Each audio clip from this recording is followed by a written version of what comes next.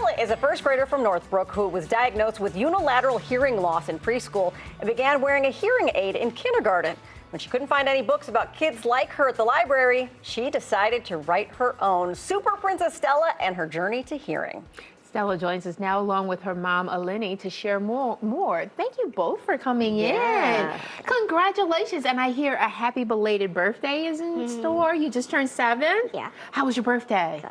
Good. All right. So now you've written this amazing book. Tell us about Super Princess Stella. It's about my journey with hearing loss and what it felt to get diagnosed and start wearing a hearing aid and what it felt like to be proud of it. So tell us, what did you feel like when you first started wearing a hearing aid? A little scared, but then I felt happy when it's like when I got used to it.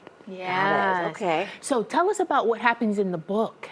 What happens is like, it's when I get diagnosed and I start wearing a hearing aid and what it felt like to what the feelings are and everything explains about what it felt like and things about. Oh, wow. It looks like this is when you went to the doctor. Oh, yeah, Yes, hearing And test. they gave you a Doctor. hearing test, and then you're standing in front of the classroom. Yep. Did you teach everyone in your classroom about your hearing aid? Yeah. Oh, that's amazing. Did she come to you and want to write a story or just was confused that she didn't see more stories out there? So when she was first diagnosed, it kind of came as a surprise to us. She didn't show the typical signs. And the first thing, we didn't know any other children with hearing loss. So naturally, the first thing we wanted to do was like, do some research, learn about it. So we went to the library and looked for books about children that were diagnosed with hearing loss in the school age years. And we couldn't find any books that reflected her story. We found a lot of wonderful stories about children that were born with hearing loss or stories about Helen Keller or Beethoven, that type of thing. But her story and her journey was a little bit unique. And so I, as a parent, I was a little bit nervous. I was like, how would she feel when there's no representation?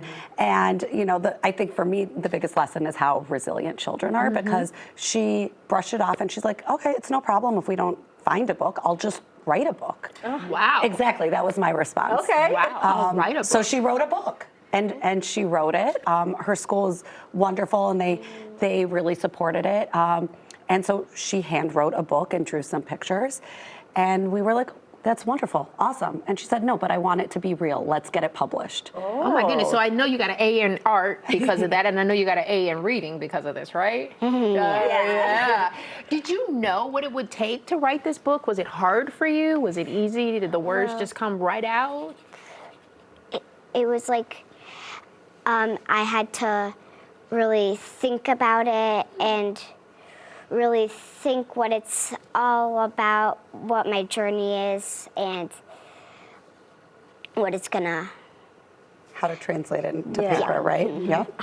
What did your friends think when they saw that you were writing a book and then also like talking about your hearing loss?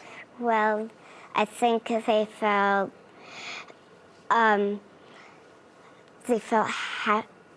excited when it's gonna get published. That's so cool. Did mom help you at all with your book? Well, yeah. Yeah, just a little bit. Yeah. Yeah. Yeah. Yeah, because buttons on the computer, right? Right. Right. It's probably a little harder to write on the computer for sure. Yeah. So now what do you hope to do with your book? You've written it, you've gotten it published. What do you hope to do now? Want to write another one? Well, I'm gonna give them to audiologist offices and anywhere where anybody needs a happy place, a happy story about hearing loss. Oh, that is so sweet. amazing. So for folks who don't know, unilateral hearing loss means she's got total loss in one ear, correct? Almost total, yeah. Okay, and with the hearing aid, is it restored it back to almost full? Not quite full, but about 80%, which is a big game changer for her daily life. Yeah. Yeah. Do you notice, is life a lot more fun now that you can hear better? Yeah. Yeah, yeah.